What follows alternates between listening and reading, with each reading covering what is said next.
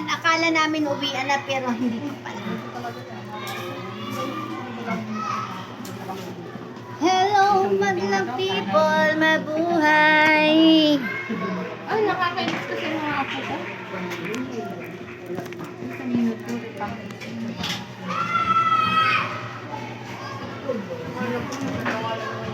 Okay na. Uy, tara nang umuwi. Ano pang ginagawa niyo dyan? Stress. Stress.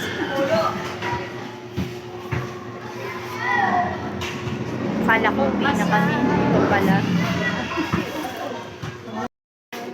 Ngayon po ay nagre-ready na kami para sa aming uwian. Oy, ano, hindi na kayo uwi? Anong petsa na? Ay, 4:35 pa. Sige na, hanggang dito muna tayo. Magkwentuhan muna tayo dito. Yan. Matapos tayong mag-aligaga dun sa ating postpartum at buntis. Tapos na rin.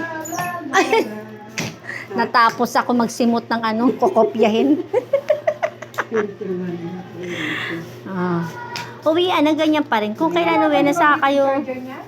Saan makakainis eh? Na yung makumpleto. Kala ko pa uwian. Bukas eh, rambulan na naman yan.